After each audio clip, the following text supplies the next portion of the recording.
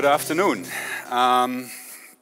In the following 8 minutes, I will try to give you an overview about what we do as Fraunhofer to bring new technologies from our labs to the market. I will start with a short introduction, followed by some results of our work, and then tell you a little bit about challenges we are facing in our everyday work. Yeah, Jan already mentioned something about the Fraunhofer Gesellschaft in the year 2012. I don't know if you're familiar with that, with Fraunhofer, because most people know one institute or the other, but if you put that all together, there are nowadays 60 institutes in about that many locations in Germany. We have about 20,000 employees, and these employees spend about 1.9 billion euros this year. The whole Fraunhofer Gesellschaft developed quite well within the last 10 years. These numbers kind of doubled, at least the employees and the budget. What's important also to know about Fraunhofer, Fraunhofer is probably the leading research organization for applied research. That's important. And the budget just comes 1/3 from the basic funding of the government, and 2/3 of the budget has to be acquired from the industry or from public research programs we apply for. And now to Fraunhofer Venture. Our main function is really spinning out companies to conduct technology transfer. As you see, there are other ways as well to do technology transfer. The more classic ways, like contract research for the industry, which is the biggest amount for us at least, and the classic way of licensing IPRs, licensing patents, and so on. And the basic idea behind promoting spin-offs is that we're trying to commercialize also IPRs and technologies which are usually too risky for established businesses. And yet that requires, of course, as well a strong commitment of the technical experts and of course, of some investors who are willing to take on risk. Yes, we expect to benefit from this commercialization, but it's also very important for us to build up cooperative networks between Fraunhofer and the spin-offs, and in general to promote entrepreneurial thinking within the Fraunhofer institutes. You see quite a lot of numbers here. I think regarding the result of our work, most important would be also the quantity and the performance of our spin-out companies. We identify within our institutes about 40 new spin-out projects every year, and of these there are about 15 new companies founded, established every year, and we are taking in about 10 of these we're taking shares. This is the quantity, and if you look at the performance, you at least could see that more than 50% of these companies are substantially funded by VCs or banks or business angels, which we think is a number which we're quite happy with. And we have also a pretty low insolvency rate. At the moment, it's less than 10% of all the companies we helped to establish. But there are also other numbers which are more interesting even for us. Because they show how the spin-out companies and the parent institutes are connected, because the blue column, or the blue part here of these columns, show the R&D income from the spin-offs to Fraunhofer, and that means that these spin-out companies are clients of the Fraunhofer institutes, and they awarded contracts roughly worth 20 million euros a year to the institutes, and this is really a number we think we're very happy about this. Actually, it also works the other way around. So Fraunhofer gives also orders to the new companies. I don't know exactly the number, but it should be also in that range. So that shows that these two kind of entities are well connected. And that makes sense for us.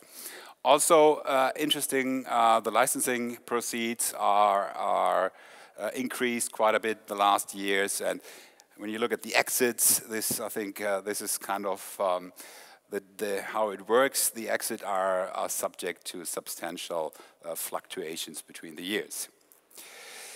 Yeah, but there's one question we're asking ourselves, of course. I mean, that's what we do. So far, so good. But might not be there a higher potential for spinning out, for doing technology transfer? Because obviously we see, if we look around, we see, of course, world-leading companies who all started as garage companies. Unfortunately, this all, at least what you see here, happened in the US and not in Europe or in Germany. But of course, we also have some success stories, and I'm from Fraunhofer, I have to come up with this success story, the MP3 or AAC technology. Sometimes maybe some people don't really think this is a real success story, because there is no really world-leading company founded on this or established by this technology. But at least for Fraunhofer, it's a very nice story. And Fraunhofer got some 100 million euros of licensing income the last 10 or 15 years. There's another interesting thing, I would say, that if you look at the years, you see how long it takes to develop a technology and bring it to the market. At least in this case, we had about 16 years until it became quite popular, this technology. Okay, finally, I would tell you a little bit more about the challenges on the way to a market we are facing. And at least my experience is that rocket scientists like to talk to other rocket scientists in the rocket science language. That makes it, of course, difficult for other people. So what we're trying to do is making our teams familiar with another language, which consists out of words like customers benefit, maybe, or unique selling proposition, or business model. So it makes it easier for them to communicate with other people. But of course, we know that we are limited with this with this effort. So if it comes to a founder team, which is probably the most important asset for new startup companies, we kind of understand that a rocket scientist will stay a rocket scientist. So what we do is we're trying to enhance the team, these founding teams, with management experts.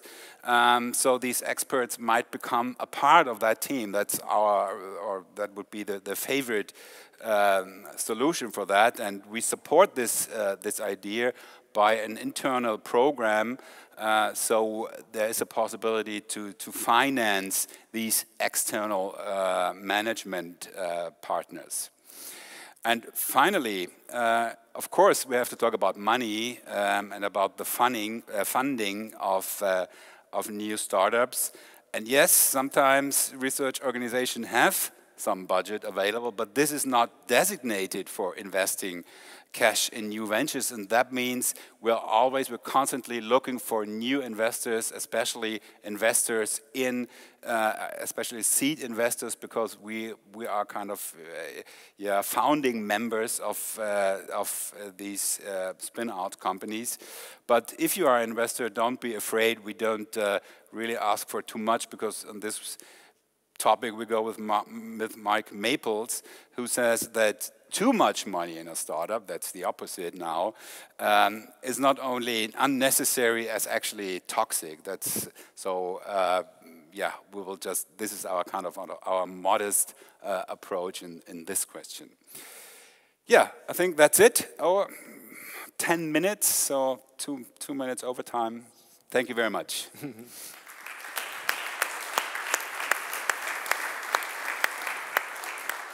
I have a question for you. Yeah.